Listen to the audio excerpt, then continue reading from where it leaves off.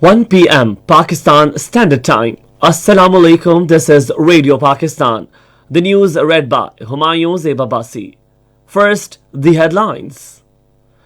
Government has decided to outsource 3 major airports under public-private partnership.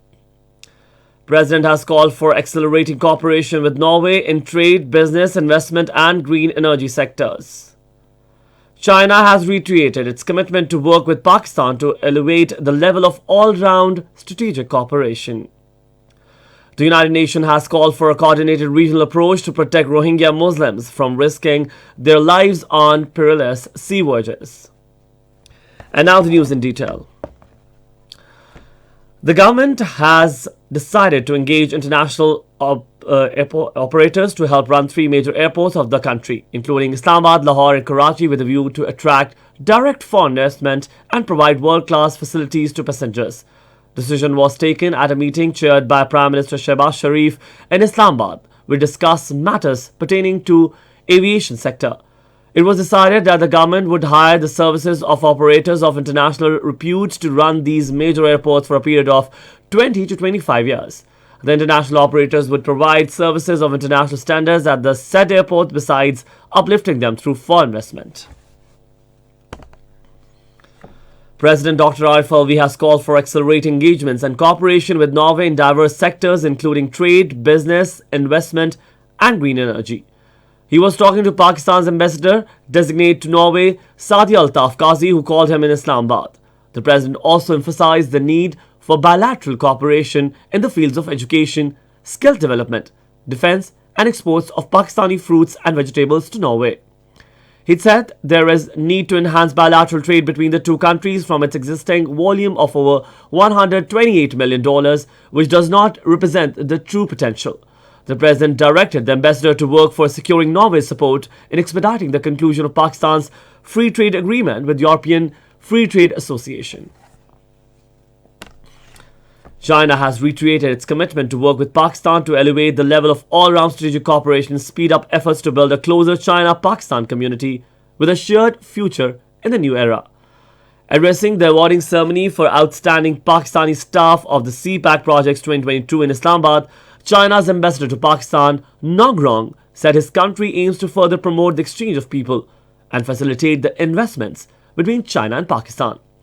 The ambassador said recently China adjusted its COVID prevention and control policies, which include the removal of measures to control the number of international flights and restoration of people-to-people exchanges for business and study. He said under renewed policy, Pakistani students can go to China for further study and come back to join the CPAC projects, passing on the friendship between our two countries. Pakistan's ambassador to the United States, Masood Khan, says stabilizing robust Pak-US linkages in education sector and facilitating Pakistani students in getting access to top-notch universities of the United States would remain a priority during 2023.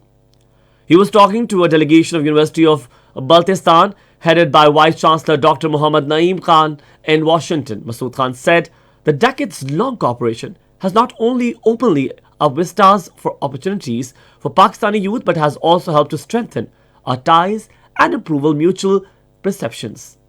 He said we deeply appreciate the US government for paying special attention to encourage our talented students, both girls and boys, from undeserved areas to study in the world's leading academic institutions in the United States.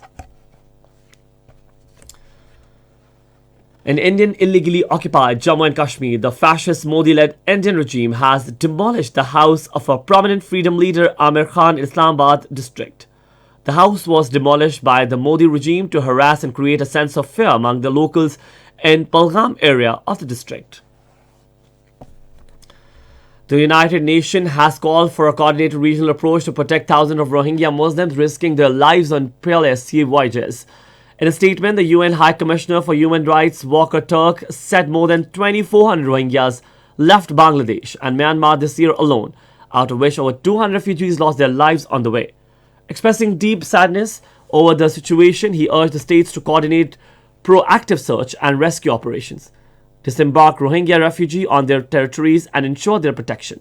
The UN Rights Chief also called on regional and other countries to help Bangladesh support the cover 1 million Rohingya refugees who have sought protection there since 2017. He said an urgent solution must be found to enable the voluntary return of all Rohingya with full respect of their dignity and human rights as full and equal citizens of Myanmar.